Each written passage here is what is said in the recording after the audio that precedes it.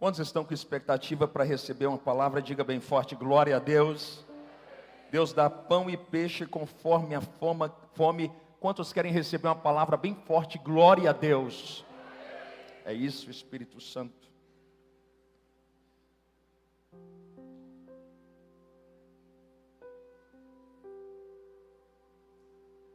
Quantos querem que o Jadson me ajude aqui? Diga amém. Meu Deus, está forte. É um clamor social. Me ajuda aqui. Coloca o texto bíblico.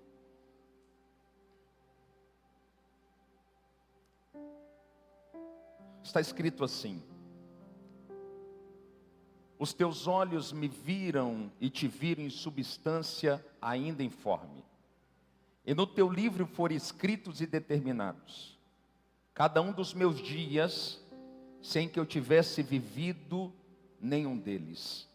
O tema dessa mensagem é, eu vou colocar aqui, vou contar até 3, e você declare bem forte como profeta, amém?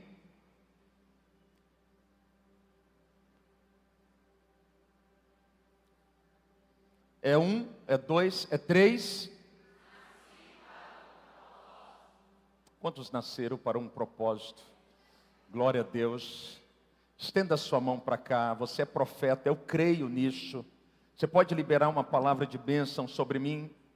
Lucas 6,38 está escrito assim: dai e vos será dado. Você só pode receber algo se primeiro estiver disposto a entregar alguma coisa. Libera uma palavra, libera um decreto, libera uma profecia, libera uma sentença sobre a minha vida. Sim, Espírito Santo, eu recebo cada uma dessas palavras. Sim, eu recebo cada uma dessas palavras, Espírito Santo. Paizinho querido, na autoridade do teu nome, cada palavra que vem de ti agora, que ela possa tocar o meu espírito. Tudo aquilo que não nasceu no teu coração, que é resultado do clamor da minha alma, que o Senhor nesse momento possa arrancar de dentro de mim. Que o Senhor possa liberar agora apenas aquilo que está no teu coração. Nós acreditamos que toda palavra que sai da boca do pastor certamente voltará vazia, mas toda palavra que sai da boca do Senhor não voltará para si vazia. Por isso, Espírito Santo, cumpra agora o teu querer, manifesta a tua glória sobre este ambiente, marque os nossos corações, acenda dentro de nós aquela chama que foi apagada, porque nós queremos sair daqui incendiados pela tua glória, marcados pela tua presença. Espírito Santo, faça do teu jeito e não do nosso jeito. Se o Senhor quiser soprar um vento, sopra o vento de João 3,8, o vento que sopra para onde quer. Ouves a sua voz, mas ninguém sabe nem de onde vem, tampouco para onde vai. Se o Senhor quiser fazer como fez no tempo do profeta Elias, que o Senhor possa abrir os céus e tocar na terra. Mas se o Senhor também quiser trabalhar com tempestade, nós também estamos dispostos a viver esse tempo em que a tempestade dos céus toque nesta casa, mas faça alguma coisa para que possamos ser marcados pela tua glória, incendiados pela tua presença, movidos pelo teu Espírito, porque nós temos um clamor na nossa alma que só pode ser suprido pela presença do teu Espírito, o bom amigo de Deus. Por isso manifesta, Espírito Santo, manifesta, Espírito Santo, manifesta, Espírito Santo, trabalhe dentro de nós. Levante as suas mãos e adore ao Senhor. Só quero a ti e nada mais. Só quem é adorador adora. Nada mais, nada além de ti. Só quero a ti. Quem pode, levante as mãos e declare. E nada mais, e nada mais, nada além de ti. Só quero a ti. E nada mais, e nada mais, nada além de ti, só quero a ti e nada mais, e nada mais, nada além de ti. Pode acender a luz aqui, olhe para cá, me dê tua atenção. A vida cristã, ela não se resume apenas o episódio da salvação. A salvação é apenas um ponto de partida.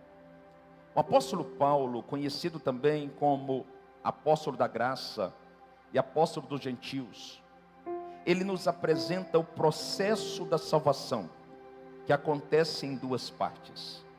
Ele diz assim em Romanos no capítulo 10, no versículo 9 e 10. Se com a tua boca confessares que Jesus é o Senhor, em teu coração creres que Ele ressuscitou dentre os mortos, serás salvo. Versículo 10. Porque com a boca se confessa a respeito da justiça, e com o coração se acredita a respeito da salvação. Paulo está dizendo assim: não adianta apenas confessar com os lábios, com a boca. É necessário confessar com a boca e confirmar com o coração. Quando eu confirmo com o coração, confessando com a boca, eu sou alcançado pela graça, eu sou alcançado pela salvação. A partir daí, Paulo agora nos aponta qual caminho deveremos trilhar, escrevendo agora aos Tessalonicenses, no capítulo 2, no versículo 6, ele diz assim: assim como, pois, recebestes a Cristo no momento da salvação como Senhor, assim também andai como Ele andou. Paulo está dizendo, após o episódio da salvação, você precisa agora exercer um relacionamento prático, manifestando ações de justiça e andando como Jesus andou. A Bíblia diz em João 1,14 que o Verbo se fez carne e habitou entre nós, cheio de graça e de verdade, e vimos a glória do Pai manifesta no seu único Filho. Jesus é o teu nome. Jesus, durante 3 anos e meio, Ele andou em retidão entre nós. A Bíblia diz em João 5,19 que o Filho faz o que vê o Pai fazer. E a partir de agora, eu e você precisamos andar sobre as pegadas de Jesus. Olhe para cá. Debaixo desse entendimento, nós compreendemos que dentro do andar, dentro da vida cristã prática, existem 3 etapas que todo cristão sabe, deve aprender para encontrar sentido na sua existência. Todo cristão sabe, deve aprender para que encontre sentido na sua existência. A primeira etapa que eu e você precisamos aprender, precisamos identificar o nosso chamado. Precisamos identificar o nosso chamado. A segunda etapa que precisamos descobrir a nossa vocação. E a terceira etapa que precisamos trilhar sobre ela, precisamos ativar o nosso propósito. Primeiro, eu preciso identificar o meu chamado. Segundo, eu preciso descobrir a minha vocação. E terceiro, eu preciso ativar o meu propósito. O que é chamado? Chamado é aquilo que eu fui chamado para ser. Dentro de uma mentalidade humana, nós nos preocupamos muito mais com fazer do que nos tornarmos aquilo que o Senhor nos chamou para ser. Chamado está conectado, não aquilo que eu faço, mas aquilo que eu me tornei em Cristo. Existem 2 tipos de chamados. O primeiro chamado é o chamado universal. Em Marcos 16:15 está escrito assim: ide por todo o mundo e pregai o evangelho a toda criatura. Marcos está trazendo clareza sobre esse assunto, dizendo que todos nós, independente da idade, fomos chamados para pregar o evangelho da parte de Deus. A palavra que pregar significa comunicar de forma que se fixe como se estivesse atravessando o outro lado. Eu e você precisamos bater até que o evangelho seja introduzido dentro de cada coração.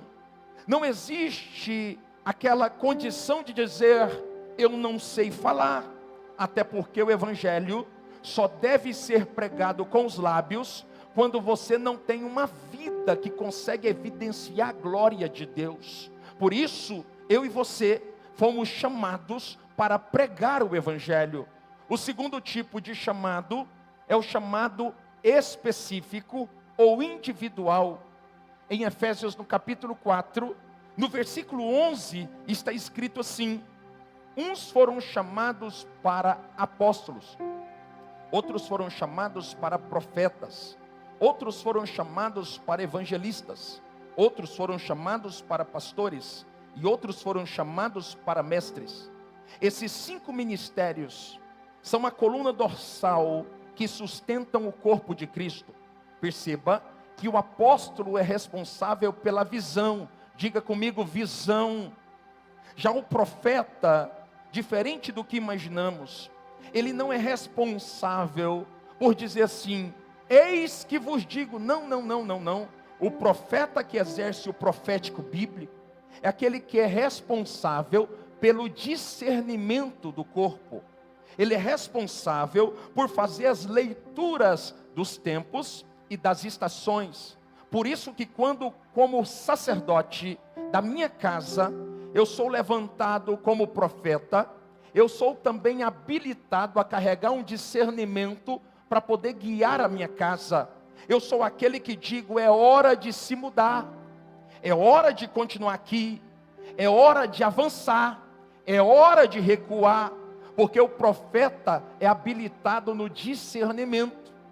Outros foram chamados para evangelistas. O evangelista é aquele que é responsável pelo avivamento do corpo. Pastores são aqueles que são responsáveis pelo apacentamento. E mestre são aqueles que são levados ao ensino, à apresentação da doutrina. Cada um desses foram habilitados com um propósito específico. Agora olhe para mim. A Bíblia diz assim, muitos são chamados, mas poucos são escolhidos.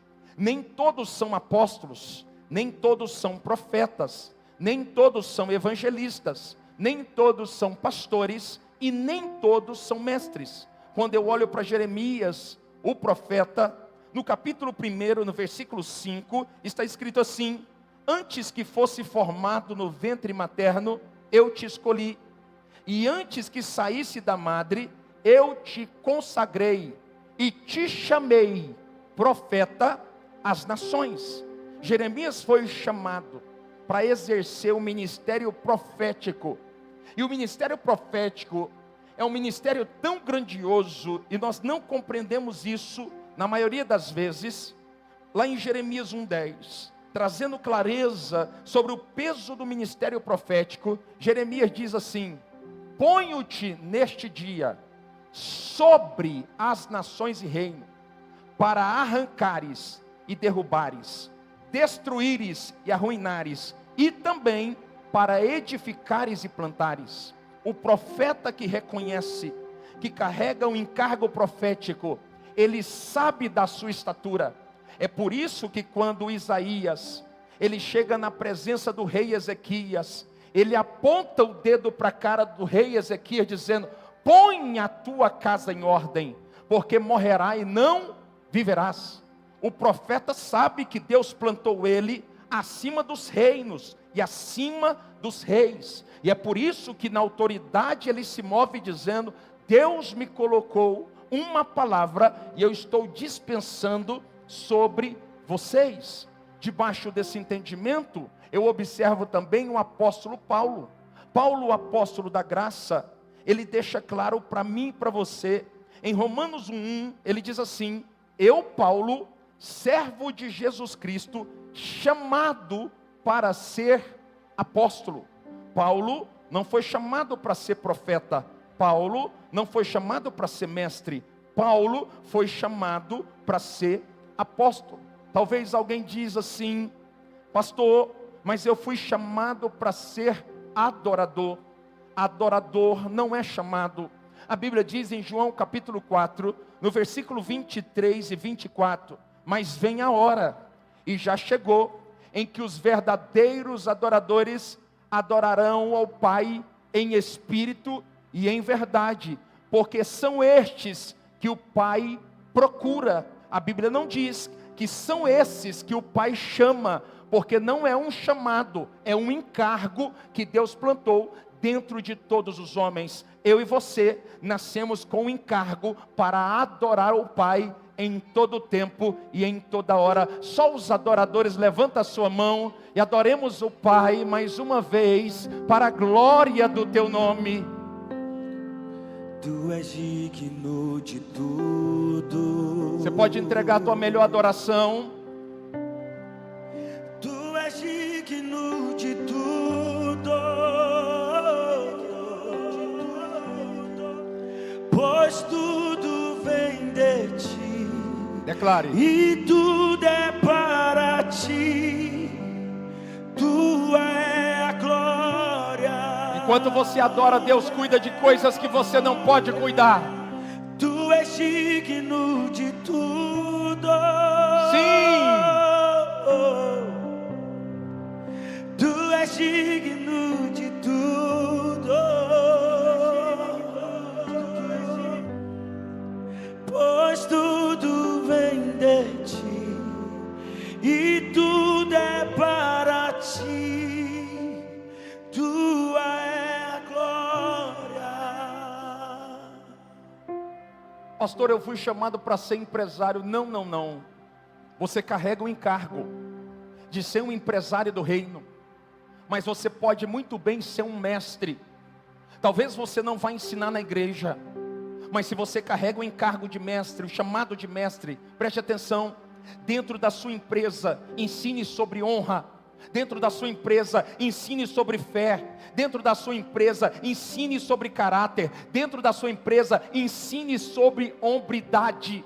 Talvez você nunca vai subir no altar para poder pregar o evangelho, mas você pode exercer o ensino dentro da plataforma que Deus te entregou, dentro da plataforma que o Senhor te confiou. Só os empresários do reino, bem forte, glória a Deus. Primeiro, eu preciso identificar o meu chamado. Segundo, eu preciso descobrir a minha vocação. A palavra vocação vem do grego. A palavra kaleo. Kaleo significa convocar. Mas eu gosto mesmo da raiz etimológica desta palavra no latim. No latim, essa palavra significa vocare, que nasce da palavra vocação. Vocare significa servir o meu chamado. A vocação é a ferramenta que Deus plantou dentro de mim para que eu possa cumprir o meu chamado. É uma habilidade natural. E olhe para cá, não existe ninguém aqui dentro, nem aqueles que vão me assistir ao longo dos dias, que não possui uma habilidade natural plantada por Deus. Por mais que você ache que esta habilidade é inútil, Deus vai usar esta habilidade natural para que Ele possa fazer você viver o seu vocare, para que Ele possa fazer você ser introduzida no seu chamado. A ciência divide a vocação em duas partes. A primeira parte, a natureza, e a segunda parte, a formação. Quando se fala sobre natureza, nós estamos falando de uma habilidade natural que alguém possui. Quando se fala sobre formação, nós estamos falando sobre uma habilidade que foi desenvolvida, aquela que é o resultado de entrega, aquela que é o resultado de dor, aquela que é o resultado de tempo investido, aquela que é o resultado de trabalho. Esta é a formação. quando olhamos para um garotinho chamado Mozart, ele nasce na Áustria no século XVIII. É interessante observar que Mozart, quando ele tinha entre 11 e 13 anos, ele já chamava atenção, porque ele começou a escrever, pasme você, obras que os músicos com 20 anos de experiência não conseguiam escrever. Ele se torna então um mestre da música clássica, e é considerado até hoje o maior músico da música clássica do mundo. Olhe para cá, Deus plantou um vocário dentro dele, e ele entendeu que esse vocário estava ligado diretamente ao seu propósito. Não negligencie aquilo que Deus plantou dentro de você. Não ignore essa aptidão que Deus plantou em você, porque Deus vai usar o seu vocário para poder fazer você viver o teu propósito. Deus precisa que você compreenda essa verdade. Quem está me entendendo, diga glória a Deus. A vocação está ligada à minha e à sua aptidão. Agora guarde o que eu vou dizer. Enquanto você não descobrir a sua vocação, você não estará habilitado para cumprir o seu chamado. É necessário descobrir a sua vocação, para que você seja habilitado para entrar dentro do chamado que você nasceu para cumprir. Terceiro, eu preciso ativar o meu propósito. O que é propósito, pastor? Propósito aponta para a missão. É um motivo de estarmos aqui na terra após a nossa conversão. Olhe para cá. Se não fosse o propósito, no momento que você disse, eu aceito, certamente você teria sido arrebatado. Mas existe algo maior, existe algo a mais, e este algo a mais é chamado de propósito. No texto base que lemos, no Salmo 139, no versículo 16, está escrito assim: antes que fosse formado no ventre materno, o salmista Davi está dizendo, quando você estava em estado fetal, os seus ossos ainda não tinham sido formados, Deus estava lá, e quando Ele estava lá, olhando para você, Ele estava determinando coisas poderosas acerca do seu futuro. Essas determinações são chamadas de propósito, aquilo que você e eu nascemos para poder cumprir, aquilo que eu e você nascemos para poder viver. Biblicamente, Deus revela o meu e o seu propósito através de duas formas. A primeira forma, Deus revela o propósito dos filhos através dos pais. A Bíblia diz assim, que Sansão estava no ventre da sua mãe. A Bíblia não cita o nome da sua mãe, mas a Bíblia cita o nome do seu pai, chamado Manoá. Quando de repente o anjo aparece, visitando esta família, e ele diz assim, que ele usaria Sansão, tornando dele um nazireu, e que este garoto seria um homem de Deus, que iria julgar como juiz a nação de Israel, e queria libertar a nação de Israel das mãos implacáveis dos filisteus. Perceba que muitas vezes Deus vai usar os pais com a responsabilidade de liberar o destino profético dos seus filhos. Quantos pais nós temos aqui? Levanta a sua mão. Preste atenção no que eu vou dizer. Você que é pai, você que é mãe, nós temos a responsabilidade de liberar o destino profético dos nossos filhos. A Bíblia diz que o anjo do Senhor, que representa aqui neste caso o próprio Senhor, ele visita os pais para poder entregar aos mesmos o destino profético do filho. Se eu e você não tivermos discernimento para poder liberar o futuro profético dos nossos filhos, talvez os nossos filhos não irão viver o propósito pelo qual nasceram para viver. Quem está me entendendo, diga glória a Deus. Segundo, o Senhor pode liberar através do Espírito Santo. Propósito fala de missão. Propósito fala de andarmos pelo caminho que o Senhor escolheu para nós. No Salmo 25, no versículo 12, está escrito assim: qual é o homem que teme ao Senhor? Este receberá instrução acerca do caminho que deve escolher. Caminho aqui está atrelado a propósito. Nós nunca vimos nem assistimos uma geração tão perdida como a geração do século presente. Nós nunca percebemos uma geração que não sabe nem de onde vem, tampouco para onde vai, como a geração do século 21. A Bíblia está dizendo que eu vou ativar o meu propósito através do temor que eu carrego para com Deus. Coloca a mão no seu coração, declare bem forte comigo: Senhor Jesus, traga de volta o temor que outrora eu carregava. A chave para ativar o propósito é o temor. Temor não fala de estarmos no domingo na igreja. Temor não fala de termos uma carteirinha como membro de alguma comunidade de fé. Temor está falando sobre estado de prostração por dentro. Quando eu e você nos prostramos diante de Deus, aonde só o Espírito visita, nós manifestamos temor para com Ele. É tempo de manifestarmos temor, para que o Senhor nos acredite uma direção certa.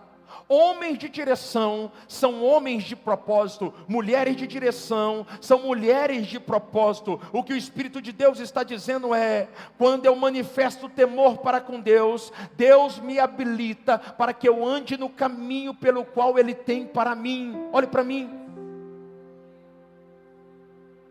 Por que essa geração está tão perdida?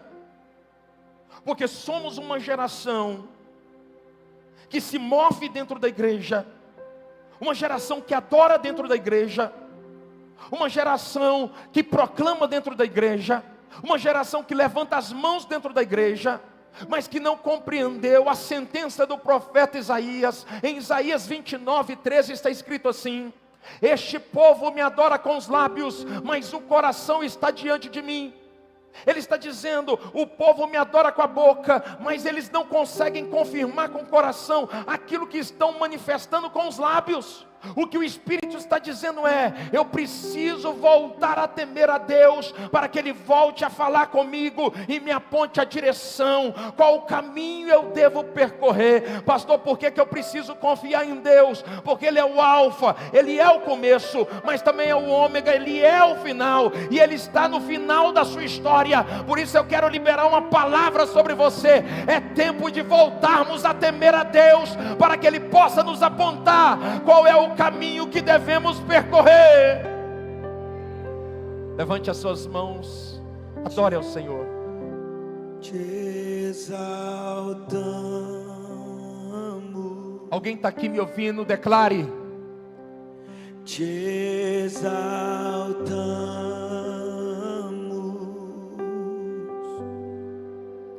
te exaltamos.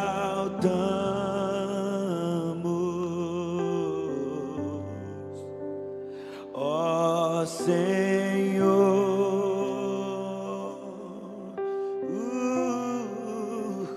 te exaltamos,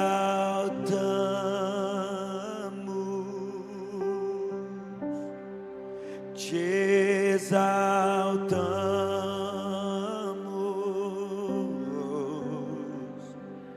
te exaltamos.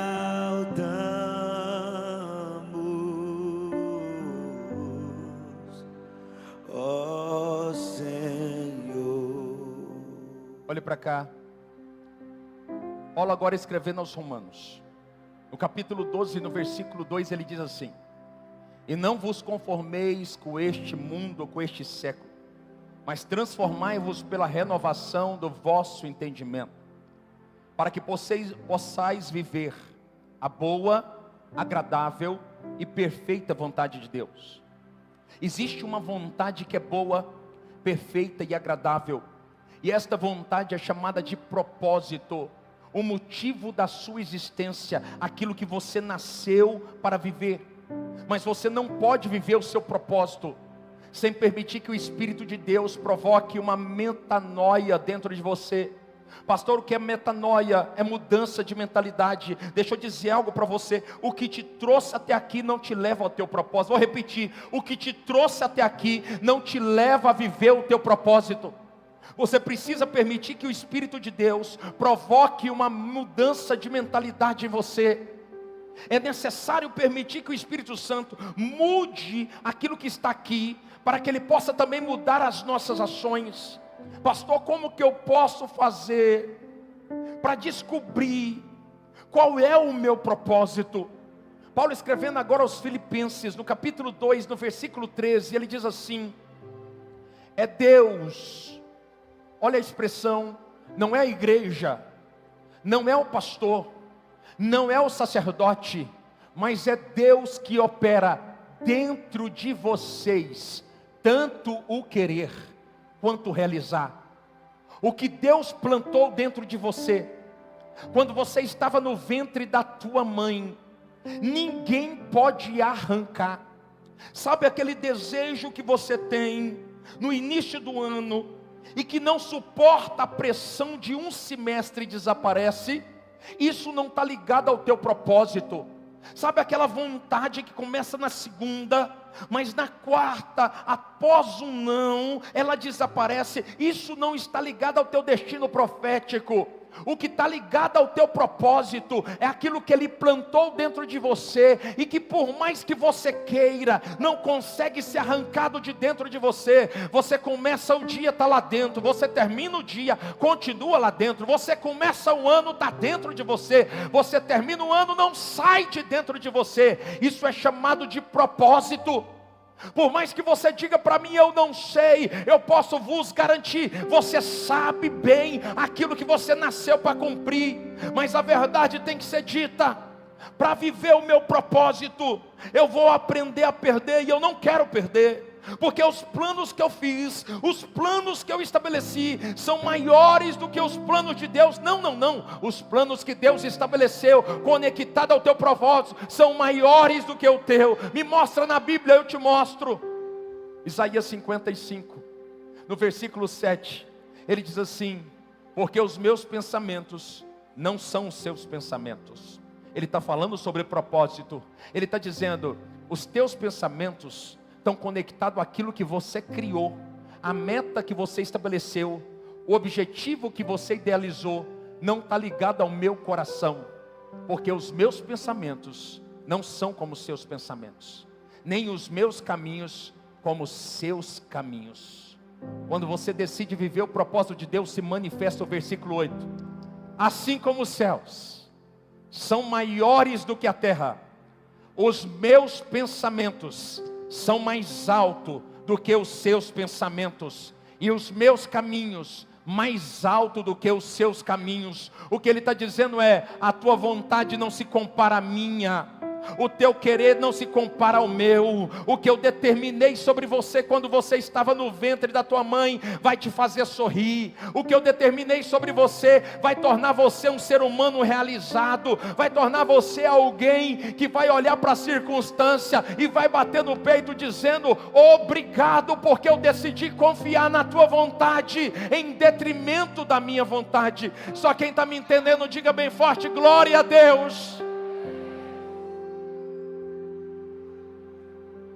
Há um propósito pelo qual o Espírito Santo quer te habilitar e me habilitar para vivermos. Há uma razão de estarmos aqui, após eu e você declararmos que aceitamos a Ele como Senhor e Salvador. Pastor, o que eu faço depois que eu entendi o meu propósito? Paulo, agora escrevendo aos Romanos, no capítulo 8, no versículo 19, Paulo diz assim: a criação aguarda com ardente expectativa a manifestação dos filhos de Deus. Olhe para cá. Os filhos que irão se manifestar são os filhos que foram ativados no seu propósito. Você não pode ser uma resposta ao clamor dessa cidade. Você não pode ser uma resposta ao clamor da tua família. Você não pode ser uma resposta ao clamor desta igreja. Você não pode ser uma resposta ao clamor da tua empresa. Você não pode ser uma resposta ao clamor do teu condomínio, enquanto você não for habilitado no seu propósito. Existe uma multidão de gente morrendo. Existe uma multidão de pessoas chorando. Deus precisa usar você de forma emergencial, mas para isso você precisa ser habilitado no seu propósito. Eu estou caminhando para o final, preste atenção. 3 formas de manifestar resposta ao clamor de alguém. Número 1, ao invés de julgar as pessoas à sua volta, decida amá-las. Eu nunca vi um homem de Deus e uma mulher de Deus que está vivendo a plenitude do seu propósito, julgando alguém que está à sua volta. Todo homem de propósito, toda mulher de propósito, ele entende uma verdade: ele precisa amar, ele precisa manifestar o amor de Cristo a todos que estão à sua volta. A Bíblia diz em João no capítulo 4, no versículo 8, 1 João, aquele que não ama, não conhece a Deus, porque Deus é amor. A manifestação mais poderosa que um homem de Deus pode gerar por onde ele passa, é o amor de Deus sendo exalado através das suas ações. Se você for habilitado no teu propósito, você vai amar as pessoas que estão à tua volta, e elas serão curadas, elas serão lavadas, elas serão tocadas, elas serão transformadas, mas não é pelo julgamento, mas é pelo amor de Deus que vai se manifestar através de você. Quando você quiser essa palavra, diga glória a Deus. Fala para quem está do seu lado: é tempo de amar e não de julgar. O maior de todos os mandamentos é esse. Mateus 22, 37. Amarás o Senhor teu Deus de todo o teu coração, de toda a tua alma e de todo o teu pensamento. E o segundo, semelhante a este: amarás o teu próximo como a ti mesmo. Sabe o que ele está dizendo aqui? Ele não está falando sobre um amor filosófico. Mateus está falando sobre um amor prático. Sabe que amor prático é esse? É aquele amor que se preocupa, é aquele amor que se importa, é aquele amor que se interessa além dos seus próprios interesses. Nós somos uma geração que estamos sendo doutrinadas a trabalhar com intencionalidade. Olhe para cá. Você já imaginou como vai ser a igreja do século 22? Estamos sendo treinados a sermos intencionais. E a intencionalidade do mundo é essa: eu só sento com você, eu só tenho mesa com você, eu só me conecto com você se eu ganhar alguma coisa. Mas nós não somos chamados para ganhar. A Bíblia diz que você foi chamado para perder.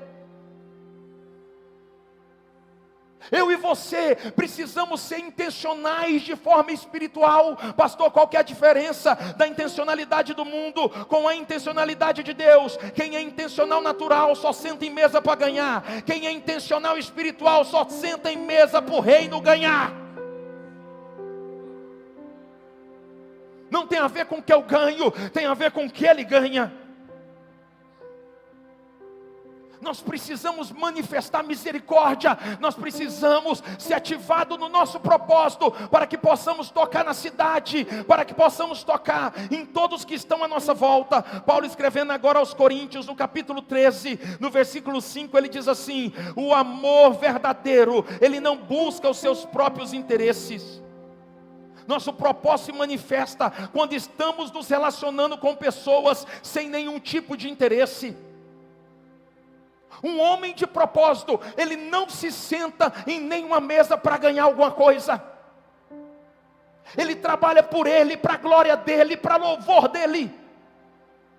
Nós estamos sendo habilitados para poder tocar numa cidade, mas com o propósito não de ganhar alguma coisa, mas do nome do Senhor ser glorificado, ser exaltado, para a glória santíssima dele.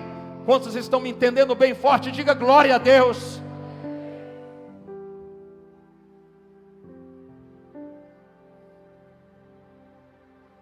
Segundo, Invista tempo e atenção com aqueles que o Senhor colocou no seu caminho. Sabe, nossa geração é conhecida como uma geração acelerada, talvez a mais acelerada das últimas décadas. Uma das frases mais faladas hoje é: eu não tenho tempo. Quantos já ouviram essa frase? É comum você chegar em alguém que diz assim: eu não tenho tempo. A bem da verdade é que a nossa vida é feita de tempo.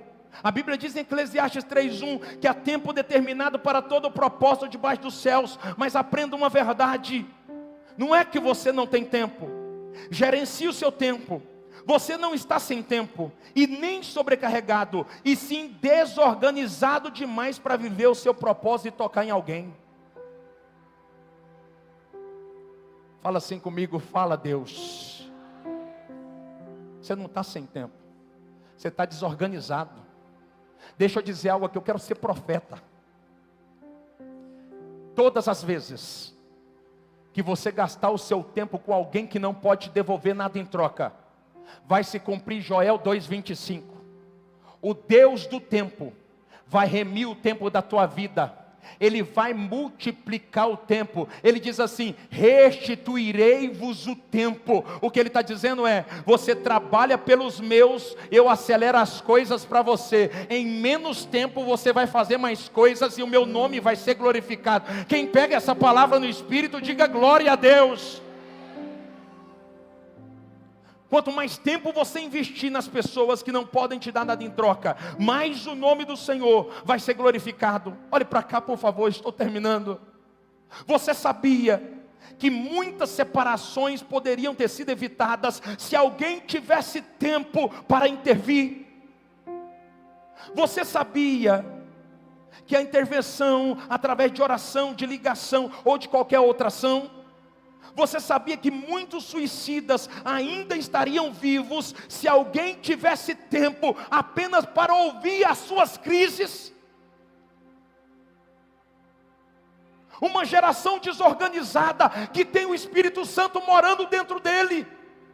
Atos 7:48, eu não vou mais residir em templo feito pelas mãos do homem. 1 Coríntios 3:16, a Bíblia diz que o Espírito de Deus decidiu habitar em mim, habitar em você. Deixa eu dizer algo para você: Deus é organizado. O Espírito de Deus, por onde Ele passa, por onde Ele anda, Ele organiza todas as coisas. Me mostra na Bíblia, eu te mostro. Gênesis capítulo 1, a Bíblia diz que Ele estava pairando sobre as águas, quando de repente ele percebe: a terra está sem forma, a terra está vazia, e havia trevas sobre a face do abismo.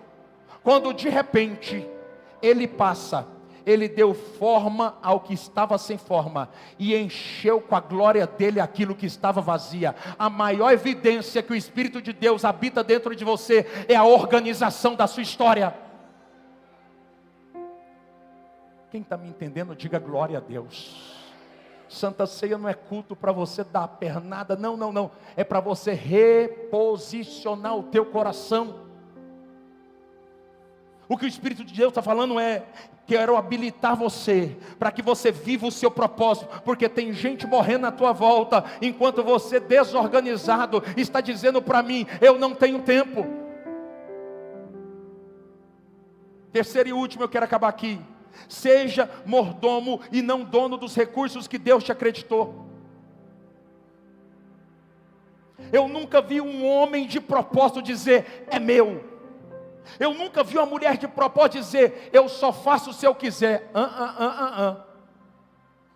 Pastor Rodrigo sabe, essa semana nós vamos falar sobre uma situação aqui da igreja, quando de repente o Espírito de Deus falou comigo: é para fazer.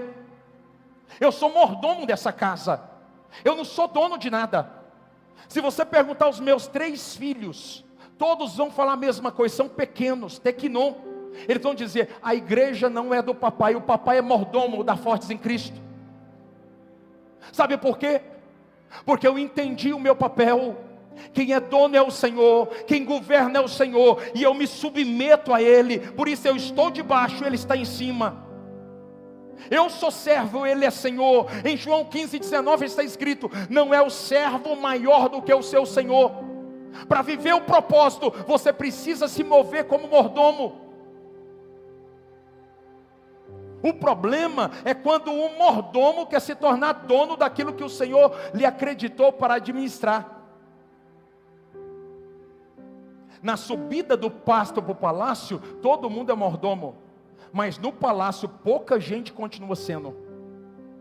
E o Espírito Santo está dizendo: eu estou sondando os corações dessa casa, eu vejo o futuro, adestre o teu coração, para que eu possa lhe confiar grandes riquezas, mas seja mordomo e não dono daquilo que eu estou colocando nas suas mãos. Quem está me entendendo, diga glória a Deus. Imagine, num tempo em que o dinheiro é considerado um senhor, você usar os recursos que Deus colocou na tua mão para tocar nas pessoas que estão à tua volta. Pastor, eu não entendi. Eu quero ser mais claro. Tem alguém na tua rua com a luz cortada. Você vai orar. Quando você é mordomo e pode, você vai pagar, e sem falar uma palavra, você está pregando o evangelho para a glória de Deus. Alguém está precisando de uma cesta. Eu vou ligar para a igreja, porque lá na igreja tem cesta. Não. Se Deus mostrou para você, quem tem que resolver a parada é você. Se Deus incomodou você, você é a resposta do clamor dessa pessoa. Ninguém pode passar pela tua vida sem ser tocado pelo amor de Deus. Homens de propósito, mulheres de propósito são ativados e habilitados para poder tocar em todos que passam à sua volta. O que o Espírito de Deus está me usando para dizer é: eu só posso trazer um avivamento sobre a Fortes em Cristo quando todos entenderem que é necessário tocar sobre aqueles que estão passando no seu caminho. Às vezes tem alguém da tua conexão passando dificuldade, e você podendo ajudar, você diz assim: vamos orar. Não entendeu o que é propósito.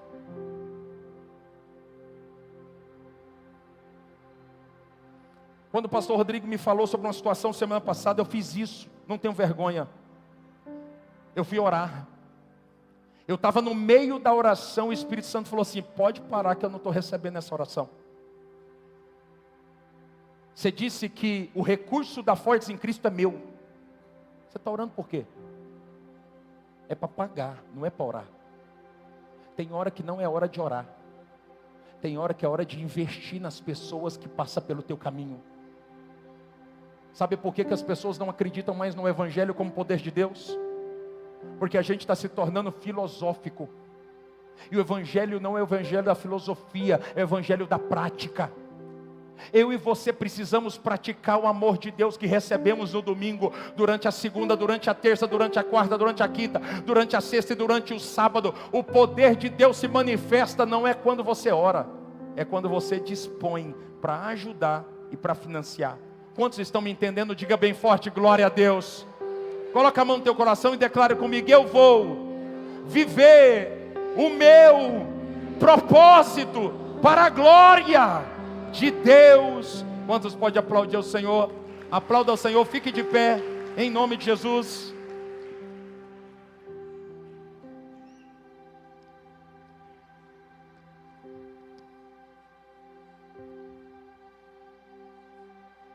Nós vamos selar essa palavra agora com a Santa Ceia, amém? Você crê nessa palavra, diga glória a Deus.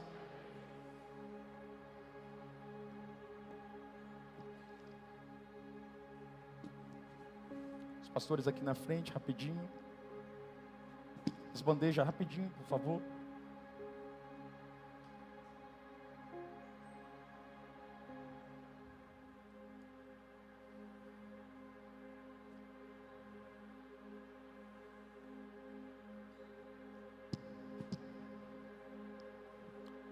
Quem pode dizer glória a Deus? Da palavra é dura, glória a Deus é mais devagar, né? Glória a Deus.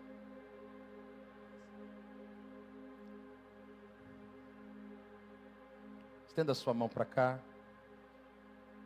Abençoamos, ó Pai, na autoridade do Teu nome.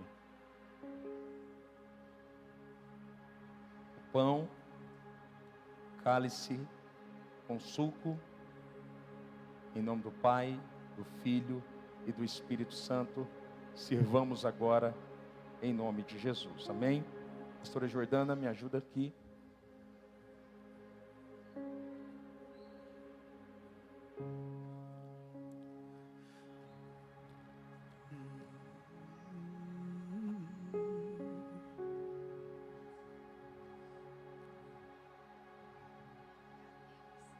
Jesus, obrigado, Pai. Amém, Senhor.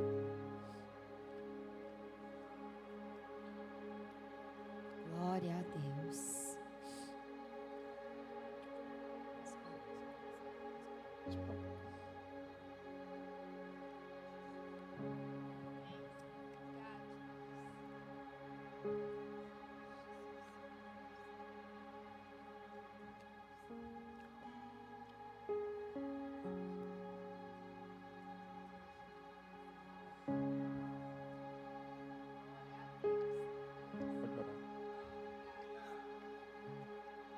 Vamos apresentar o pão e o cálice. A nova aliança com o Senhor. É um privilégio. Você é um escolhido. Você foi um chamado do Senhor. Que bom que você atendeu essa escolha, essa chamada do Senhor. Então nós podemos dizer, nós somos privilegiados. Deus, muito obrigado. É o momento do seu coração estar em gratidão pelo sacrifício do Senhor, pelo amor, pela sua vida incondicional. Por isso vamos apresentar. Pai, muito obrigado, Deus. Obrigado, Senhor. Porque o Senhor nos amou primeiro. O Senhor nos amou quando nós éramos nada. Senhor, o Senhor nos amou, nós não tínhamos nada a te oferecer, Senhor. Senhor, o Senhor nos tirou do pecado, de uma vida consagrada a morrer, Deus, a pecar, para que nós tivéssemos vida eterna em Ti, Senhor. Por isso nós te agradecemos. Obrigado por esse sacrifício, Senhor, de dor que o Senhor passou. Ali, Deus, muito obrigado, Senhor. Obrigado, Jesus. Obrigado porque ao terceiro dia o Senhor ressuscitou. E com isso, Senhor, nós somos mais que vencedores. Com isso, Senhor, nós temos vida eterna, Pai. Obrigado, Deus, porque o Senhor nos tornou um contigo, Pai. E nessa noite, nesse momento de comunhão, do partir do pão com os meus irmãos, é a comunhão dos santos, porque em Ti nós somos santificados. Perdoa os meus pecados. Perdoa o pecado de cada um aqui hoje, Senhor. Nós não somos dignos, nós não ceiamos, Pai, porque nós somos merecedores, Pai. Mas nós ceiamos porque a Tua graça nos alcançou. Nós ceiamos porque nós recebemos, Deus, o Teu amor incondicional. Por isso abençoamos esse pão, abençoamos esse suco de vinho, Pai.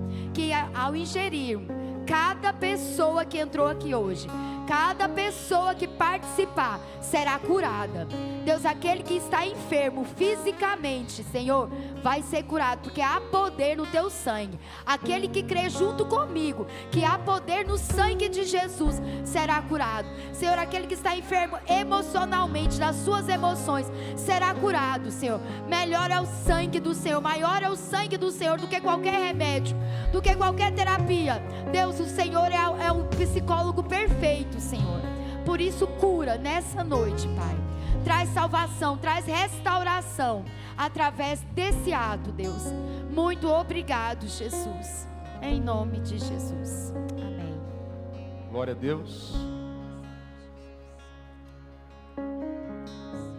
Está escrito assim, preste atenção.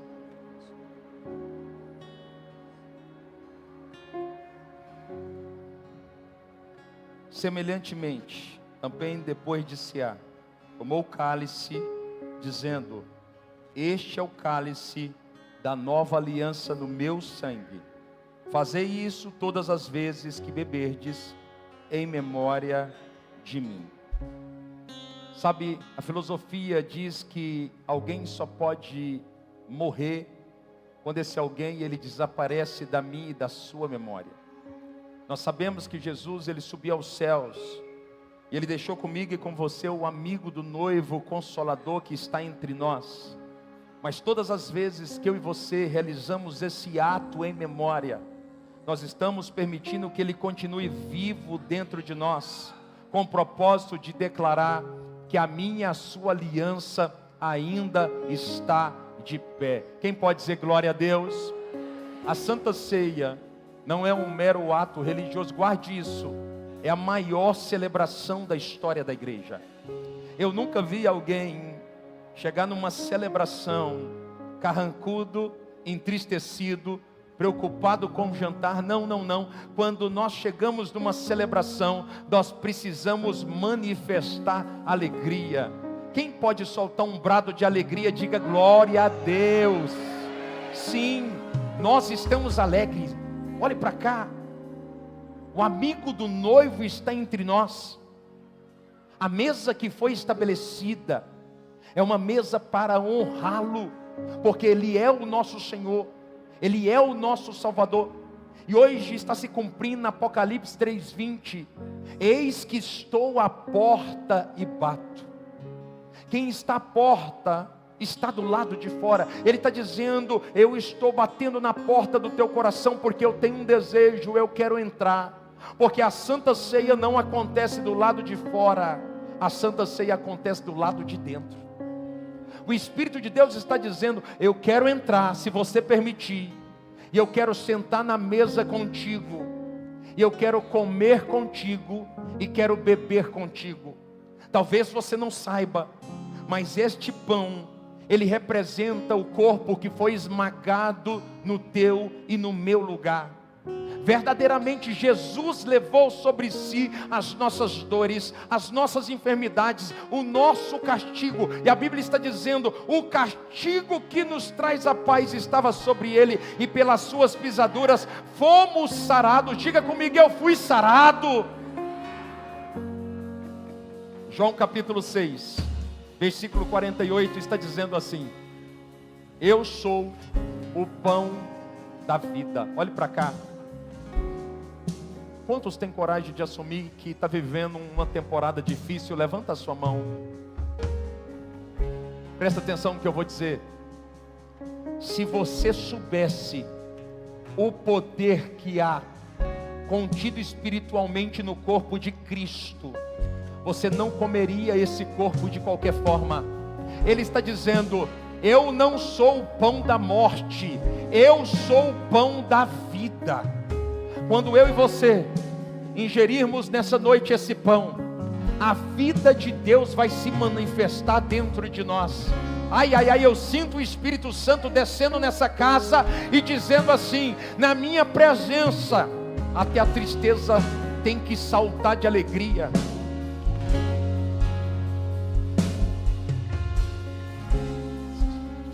Comamos agora o pão da vida.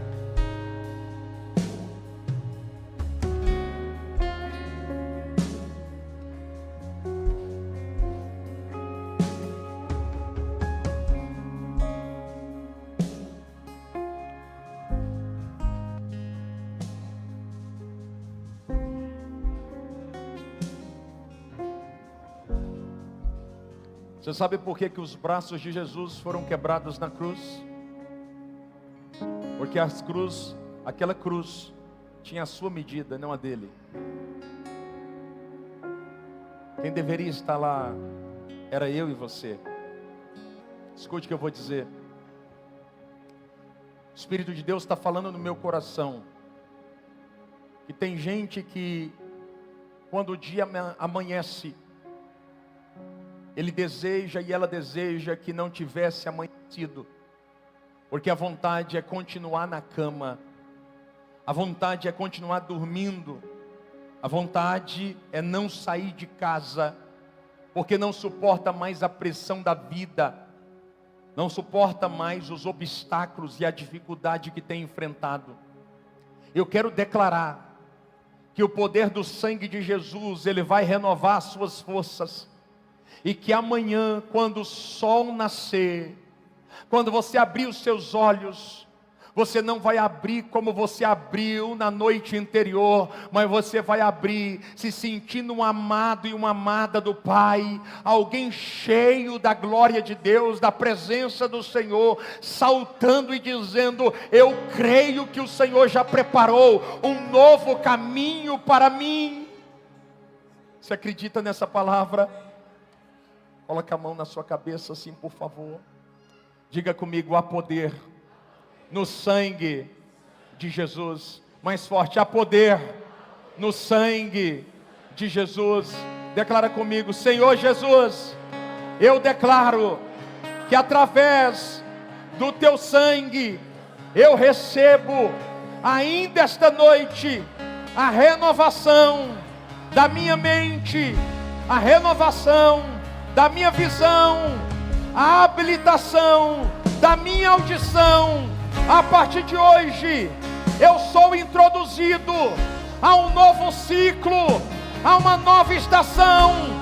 Fevereiro vai ser o melhor mês da minha vida.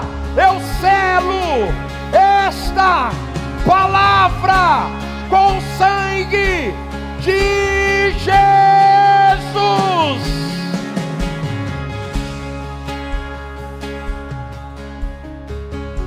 Você acredita em milagres?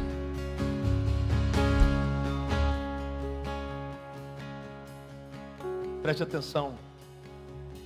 Quantos aqui tem uma causa travada, independente da área?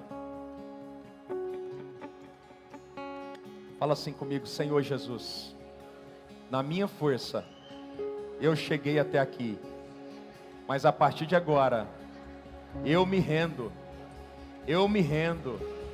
e coloco esta causa na tua mão e declaro que quando eu beber o cálice do sangue, o Senhor vai visitar a minha causa e ela será destravada para a glória do teu nome. Você crê nessa palavra? Amém? Espírito Santo, nós vamos beber agora o cálice. Este cálice é o cálice da nova aliança. Tem muita gente que está aqui que precisa ver o teu poder. Paulo disse que as suas pregações eram regadas de poder de Deus. E eu chamo a existência do teu poder, para que o Senhor manifeste milagres, para que o Senhor manifeste maravilhas. Marcos está dizendo: sinais seguirão aqueles que acreditam. E eu declaro: fevereiro vai ser um mês de incontáveis milagres neste lugar. Eu profetizo que o Espírito do Senhor vai visitar a tua causa, irá manifestar uma explosão sobrenatural. Nós selamos agora esta palavra, tomando o cálice da nova aliança. Tomemos agora o cálice do sangue.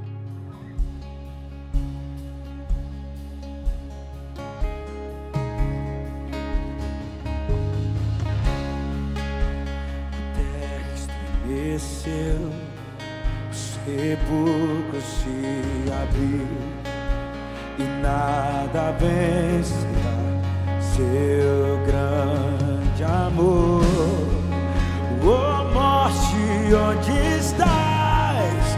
O Rei ressuscitou, Ele venceu para sempre, para sempre exaltado és, para sempre adorado é, para sempre Ele vive, ressuscitou.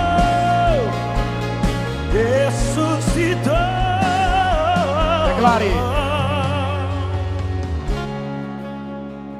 Sim, Espírito Santo. Glória a Deus. Coloca a sua mão assim. Deixa eu abençoar a sua semana.